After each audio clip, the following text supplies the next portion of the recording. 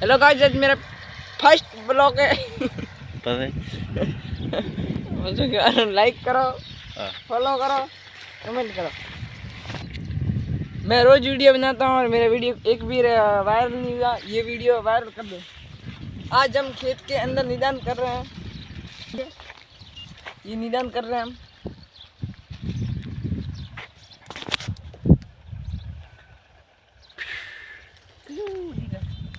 बहुत पलटा दे भाई, मस्त है।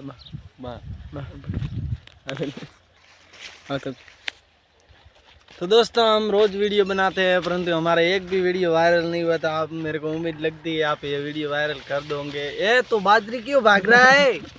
देख लो दोस्तों, ये बाजरी को देखो, ये भाग दिया व्लॉग के चक्कर में, तोड़ दिया इनको।